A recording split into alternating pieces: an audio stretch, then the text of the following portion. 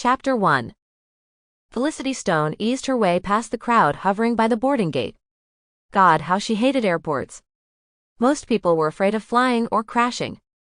For her, being crammed with over 100 other people was torture. She sought out the farthest seat she could find while she waited for the announcement to board. It had been bad enough that she had to switch planes in Chicago of all places, but her first flight had been delayed. Her original thought when she found she had a connecting flight in Chicago was to convince her friend Charlie to meet her at O'Hare for lunch.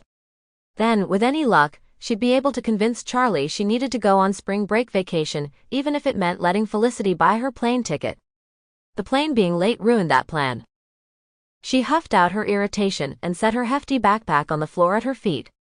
She checked her phone and saw the text from Layla. Her car had broken down in Georgia. Felicity jumped from her seat. Another text said that her wallet had been stolen, and included the license and picture of some guy that Layla had decided to go home with. What the heck was she thinking? Layla had always been too quick to trust. At least she left a trail of proof of who this guy was. Felicity dialed Layla's number and paced. She'd barely gotten 3 feet when someone tapped her shoulder. She turned and looked up and up. The guy was probably about 6 feet tall, towering over her barely over 5-foot height, and had dark scruff covering his jaw. She widened her eyes in expectation of the reason for his interruption. He lifted her bag from his side. "I think you left this." She blew out a breath and disconnected the call. "So what?" "I'm trying to make a call. The thing is, we're in an airport, and I really can't afford not to get to Texas on time. I don't control the plane. But a bag left unattended might get reported." He still had her bag, dangling from his fingers as though it weighed a few ounces. "You're being a bit paranoid, don't you think? Every bag left sitting doesn't contain a..."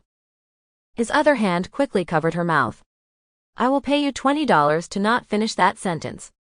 Department of Homeland Security and the TSA do not take kindly to that word being used in an airport." She swiped his hand away from her and snatched her bag from him.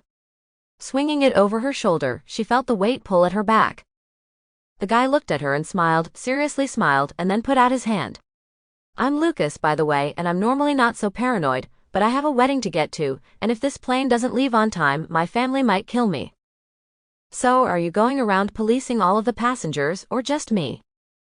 He dropped his hand and shrugged. "I noticed your bag and was afraid it might be a problem.